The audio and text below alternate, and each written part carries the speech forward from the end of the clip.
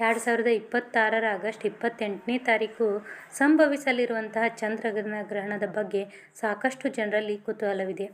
ಈ ಚಂದ್ರಗ್ರಹಣವು ವರ್ಷದ ಕೊನೆಯ ಭಾಗಂಶ ಚಂದ್ರಗ್ರಹಣವಾಗಿದ್ದು, ಜ್ಯೋತಿಷ್ಯ ಶಾಸ್ತ್ರದ ಪ್ರಕಾರ ಗ್ರಹಣದ ಸಮಯದಲ್ಲಿ ಗ್ರಹಗಳ ಸ್ಥಾನಮಾನ ಮತ್ತು ನಕ್ಷತ್ರಗಳ ಪ್ರಭಾವದಿಂದ ದ್ವಾದಶ ರಾಶಿಗಳ ಮೇಲೆ ವಿಭಿನ್ನ ರೀತಿಯ ಪರಿಣಾಮಗಳು ಉಂಟಾಗುತ್ತದೆ. ಮೊದಲನೇದಾಗಿ ಒಂದು ಮುಖ್ಯವಾದಂಥ ವಿಷಯವನ್ನು ತಿಳಿದುಕೊಳ್ಳೋಣ. ಈ ಚಂದ್ರಗ್ರಹಣವು ಭಾರತದಲ್ಲಿ ಗೋಚರಿಸುವುದಿಲ್ಲ. ಭಾರತದಲ್ಲಿ ಸಾಮಾನ್ಯವಾಗಿ ಗ್ರಹಣ ವೀಕ್ಷಣೆಯ ಪ್ರಶ್ನೆ ಇರುವುದಿಲ್ಲ. ಆದರೆ ಜ್ಯೋತಿಷ್ಯ ಮತ್ತು ಧಾರ್ಮಿಕ ನಂಬಿಕೆಗಳ ಪ್ರಕಾರ ಗ್ರಹಣಕ್ಕೆ ಸಂಬಂಧಿಸಿದ ಕೆಲವು ನಿಯಮಗಳನ್ನು ಪಾಲಿಸುವವರು ತಮ್ಮ ಸಂಪ್ರದಾಯದಂತೆ ಆಚರಣೆಗಳನ್ನು ಮಾಡಬಹುದು. ಇದೀಗ ಈ ಗ್ರಹಣದ ಸಂದರ್ಭದಲ್ಲಿ ಯಾವ ರಾಶಿಗಳಿಗೆ ಶುಭ ಫಲ, ಹಾಗೆ ಯಾವ ರಾಶಿಗಳಿಗೆ ಮಿಶ್ರ ಫಲ ಮತ್ತು ಯಾವ ರಾಶಿಯವರು ಹೆಚ್ಚಿನ ಎಚ್ಚರಿಕೆ ವಹಿಸಬೇಕು ಅನ್ನೋದನ್ನು ನೋಡೋಣ.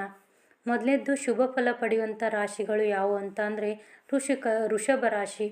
ವೃಷಭ ರಾಶಿಯವರಿಗೆ ಆರ್ಥಿಕವಾಗಿ ಉತ್ತಮ ಸಮಯವಾಗಿದೆ. ಹಣಕಾಸಿನ ಪರಿಸ್ಥಿತಿಯಲ್ಲಿ ಸುಧಾರಣೆ ಕಂಡು ಬರುವಂಥ ಸಾಧ್ಯತೆ ಇದೆ. ಹೊಸ ಆದಾಯದ ಮಾರ್ಗಗಳು ತೆರೆದುಕೊಳ್ಳುತ್ತದೆ. ವ್ಯಾಪಾರ ಮಾಡುವವರಿಗೆ ಲಾಭದ ಅವಕಾಶಗಳು ಸಿಗುತ್ತವೆ. ಇನ್ನು ಮಿಥುನ ರಾಶಿ. ಉದ್ಯೋಗ ಮತ್ತು ವೃತ್ತಿ ಕ್ಷೇತ್ರದಲ್ಲಿ ಸಕಾರಾತ್ಮಕ ಬದಲಾವಣೆಗಳು ಕಂಡುಬರುವಂಥ ಸಾಧ್ಯತೆ ಇದೆ.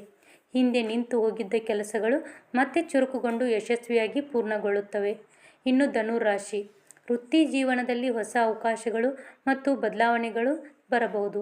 ಉದ್ಯೋಗ ಅಥವಾ ಕೆಲಸಕ್ಕೆ ಸಂಬಂಧಿಸಿದ ಪ್ರಯಾಣಗಳು ಭವಿಷ್ಯದ ಪ್ರಗತಿಗೆ ಸಹಾಯಕಾರಿಯಾಗುವಂಥ ಸಾಧ್ಯತೆ ಇದೆ. ಇನ್ನು ಮಕರ ರಾಶಿ. ನಿಮ್ಮ ಕಠಿಣ ಪರಿಶ್ರಮಕ್ಕೆ ತಕ್ಕ ಫಲ ದೊರೆಯುವ ಸಮಯ. ಉದ್ಯೋಗ ಕ್ಷೇತ್ರದಲ್ಲಿ ಉತ್ತಮ ಬೆಳವಣಿಗೆ ಹಾಗೂ ಆರ್ಥಿಕ ಪರಿಸ್ಥಿತಿಯಲ್ಲಿ ಸುಧಾರಣೆ ಆಗುವಂಥ ಸಾಧ್ಯತೆ ಇದೆ. ಇನ್ನು ಮಿಶ್ರ ಫಲ ಪಡೆಯುವಂಥ ರಾಶಿಗಳು. ಮೇಷರಾಶಿ. ಆದಾಯ ಮತ್ತು ಖರ್ಚು ಎರಡೂ ಸಮಾನವಾಗಿರುವ ಸಾಧ್ಯತೆ ಇದೆ. ಹೊಸ ಹೂಡಿಕೆ ಮಾಡುವಾಗ ಆತುರದ ನಿರ್ಧಾರ ತೆಗೆದುಕೊಳ್ಳದೆ ಚೆನ್ನಾಗಿ ಯೋಚಿಸಿ ಮುಂದುವರಿಯುವುದು ಉತ್ತಮ. ಇನ್ನು ತುಲಾರಾಶಿ. ಕೌಟುಂಬಿಕ ಜೀವನದಲ್ಲಿ ನೆಮ್ಮದಿ ಇರುತ್ತದೆ. ಆದರೆ ಕೆಲಸದ ಸ್ಥಳದಲ್ಲಿ ಸಹೋದ್ಯೋಗಿಗಳೊಂದಿಗೆ ಭಿನ್ನಾಭಿಪ್ರಾಯ ಉಂಟಾಗದಂತೆ ಮಾತುಕತೆಯಲ್ಲಿ ಎಚ್ಚರಿಕೆ ವಹಿಸುವುದು ಒಳಿತು. ವೃಶ್ಚಿಕ ರಾಶಿ. ಮನಸ್ಸಿಗೆ ನೆಮ್ಮದಿ ದೊರೆಯುತ್ತದೆ. ಆದರೆ ಆಸ್ತಿ ಅಥವಾ ವಾಹನ ಖರೀದಿ ಮಾಡುವ ವಿಚಾರದಲ್ಲಿ ಆತುರ ಪಡದೆ ಎಲ್ಲ ವಿಚಾರಗಳನ್ನು ಪರಿಶೀಲಿಸಿ ನಿರ್ಧಾರ ತೆಗೆದುಕೊಳ್ಳುವುದು ಒಳ್ಳೆಯದು. ಇನ್ನು ಕುಂಭರಾಶಿ. ಸಮಾಜದಲ್ಲಿ ಗೌರವ ಮತ್ತು ಸ್ಥಾನಮಾನ ಹೆಚ್ಚಾಗುವ ಸಾಧ್ಯತೆ ಇದೆ. ಹಳೆಯ ಸಾಲ ಅಥವಾ ಹಣಕಾಸಿನ ಸಮಸ್ಯೆಗಳಿಂದ ಪರಿಹಾರ ದೊರೆಯುವ ಅವಕಾಶವಿದ್ದರೂ ಆರೋಗ್ಯದ ಕಡೆ ನಿರ್ಲಕ್ಷ್ಯ ಮಾಡಬೇಡಿ. ಇನ್ನು ಹೆಚ್ಚಿನ ಎಚ್ಚರಿಕೆ ವಹಿಸಬೇಕಾದಂಥ ರಾಶಿಗಳು ಯಾವುವು ಅಂತ ಅಂದರೆ ಕನ್ಯಾ ರಾಶಿ. ಜ್ಯೋತಿಷ್ಯ ನಂಬಿಕೆಗಳ ಪ್ರಕಾರ ಈ ಸಮಯದಲ್ಲಿ ಅನಗತ್ಯ ಖರ್ಚು ಅಥವಾ ಧನ ನಷ್ಟದ ಸಾಧ್ಯತೆ ಇರುತ್ತದೆ. ಕುಟುಂಬದಲ್ಲಿ ಸಣ್ಣ ಪುಟ್ಟ ವಿಚಾರಗಳಿಗೆ ಕಲಹ ಉಂಟಾಗದಂತೆ ಶಾಂತವಾಗಿ ನಡೆದುಕೊಳ್ಳುವುದು ಒಳ್ಳೆಯದು. ಇನ್ನು ಸಿಂಹರಾಶಿ. ಮಾನಸಿಕ ಒತ್ತಡ ಹೆಚ್ಚಾಗಬಹುದು.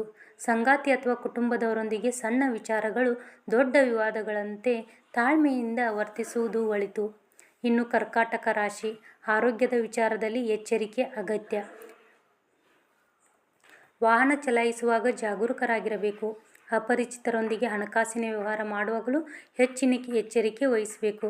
ಇನ್ನು ಮೀನರಾಶಿ. ಕೆಲಸದ ಒತ್ತಡ ಹೆಚ್ಚಾಗುವುದು.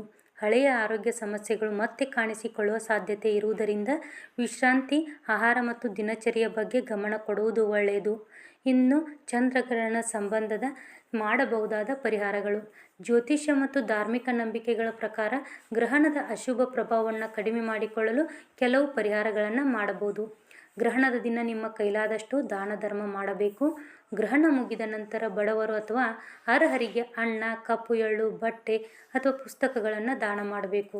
ಗ್ರಹಣ ಸಂದರ್ಭದಲ್ಲಿ ತಮ್ಮ ನಂಬಿಕೆಯಂತೆ ಓಂ ನಮಃ ಶಿವಾಯ ಅಥವಾ ಮಹಾಮೃತ್ಯುಂಜಯ ಮಂತ್ರವನ್ನು ಜಪಿಸುವುದು ಒಳ್ಳೆಯದು. ಇನ್ನು ಗ್ರಹಣ ಮುಗಿದ ನಂತರ ಸ್ನಾನ ಮಾಡಿ ಮನೆಯನ್ನು, ದೇವರ ಕೋಣೆಯನ್ನು ಸ್ವಚ್ಛಗೊಳಿಸಿ ದೀಪ ಹಚ್ಚಿ ದೇವರ ಪೂಜೆ ಮಾಡಬೇಕು. ಗ್ರಹಣದ ಸಮಯದಲ್ಲಿ ಸೂತಕದ ಬಗ್ಗೆ. ಧಾರ್ಮಿಕ ಸಂಪ್ರದಾಯದ ಪ್ರಕಾರ ಗ್ರಹಣ ಆರಂಭವಾಗುವ ಕೆಲವು ಗಂಟೆಗಳ ಮುಂಚೆ ಸೂತಕ ಕಾಲವನ್ನು ಪರಿಗಣಿಸಲಾಗುತ್ತದೆ. ಸಾಮಾನ್ಯವಾಗಿ ಗ್ರಹಣಕ್ಕೆ 9 ಗಂಟೆಗಳ ಮುಂಚೆ ಸೂತಕ ಆರಂಭವಾಗುತ್ತದೆ. ಈ ಸಮಯದಲ್ಲಿ ಕೆಲವು ಕುಟುಂಬಗಳಲ್ಲಿ ದೇವರ ಕೋಣೆಯ ಬಾಗಿಲು ಮುಚ್ಚುವುದು, ಆಹಾರ ಪದಾರ್ಥಗಳನ್ನು ಮುಚ್ಚಿಡುವುದು ಮತ್ತು ಆಹಾರದ ಮೇಲೆ ತುಳಸಿ ಎಲೆ ಅಥವಾ ದರ್ಬೆಯನ್ನು ಇಡುವಂತಹ ಆಚರಣೆಗಳನ್ನು ಮಾಡುತ್ತಾರೆ. ಆದರೆ ಈ ಆಚರಣೆಗಳು ಧಾರ್ಮಿಕ ಸಂಪ್ರದಾಯ ಮತ್ತು ವೈಯಕ್ತಿಕ ನಂಬಿಕೆಗಳಿಗೆ ಸಂಬಂಧಿಸಿದವು.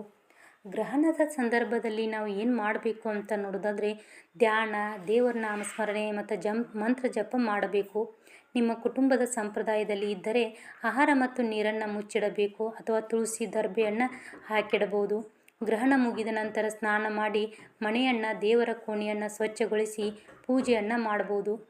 ನಂತರ ನಿಮ್ಮ ಕೈಲಾದಷ್ಟು ದಾನ ಧರ್ಮ ಮಾಡಬೇಕು. ಅದೇ ರೀತಿ ಗರ್ಭಿಣಿಯರು, ಮಕ್ಕಳು, ವೃದ್ಧರು ಅಥವಾ ಅನಾರೋಗ್ಯದಲ್ಲಿರುವವರು ಯಾವುದೇ ಆಹಾರವನ್ನು ತಪ್ಪಿಸುವುದು ಅಥವಾ ದೀರ್ಘಕಾಲ ಉಪವಾಸ ಮಾಡುವುದು ಆರೋಗ್ಯ ದೃಷ್ಟಿಯಿಂದ ಸೂಕ್ತವಲ್ಲ. ಆರೋಗ್ಯಕ್ಕೆ ಮೊದಲ ಆದ್ಯತೆ ನೀಡಬೇಕು.